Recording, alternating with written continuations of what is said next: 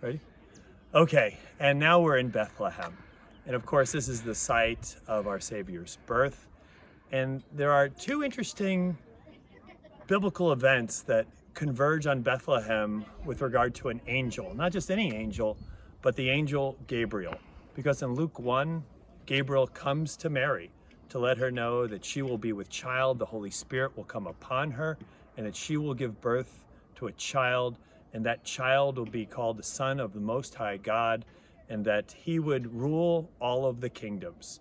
Now, prior to that, Gabriel had also intervened with Daniel. And in Daniel's chapters 2 through 8, we begin to unfold a prophecy that is untangled by the angel Gabriel to Daniel, explaining to him when and where all of these kingdoms that were given to Nebuchadnezzar in a dream would be unfolded. And of course, we know that Nebuchadnezzar's dream was the head of gold, the shoulder and chest of silver, the belly of bronze, and legs and feet of iron and clay. And that represents the mighty kingdoms of the world. This is kind of Western Civ in miniature: Babylon, Persia, Nebuchadnezzar, Cyrus, and then Greece and Alexander the Great, and then Rome itself.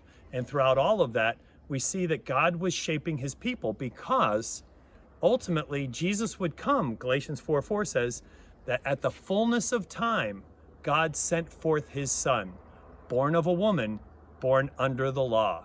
But in order to shape the fullness of time, what God did is prepare all of the world, as Gabriel explained to Daniel, that first Babylon would be used to take Israel out of Israel into captivity, where they began in captivity to love Torah again. And as they began to love the law, but then Cyrus, who was predicted, by the way, by Isaiah 100 years prior to him even coming onto the scene, then Cyrus, through his edict, was able to release the captives from Babylon as Persia eclipsed Babylon. And those captives, the Israelites, then spread all across the world. In captivity, they established the synagogue system. Those synagogues then stretched across all of the world. But those synagogues, however, were not accessible to the general population. And under the Hellenization of Alexander the Great and Greece, they were. The scriptures were translated into Greek, and as was the language that was then the lingua franca, or the language that everyone used throughout the empire.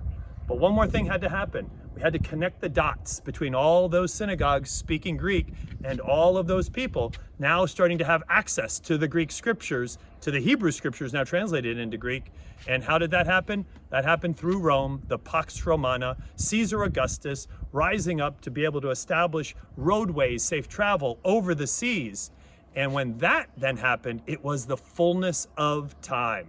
And at that exact fullness of time, Daniel, who in the Septuagint Bible is called a magi, teaches his disciples, who teach his disciples, who teach his disciples about this great event of the kingdom that would come and eclipse all of those other kingdoms, this kingdom that would have no end. And just to show off, I believe God not only sends the angel Gabriel to talk to Mary, but then just to show off, he sends Daniel's lineage of disciples, the magi, who show up as well.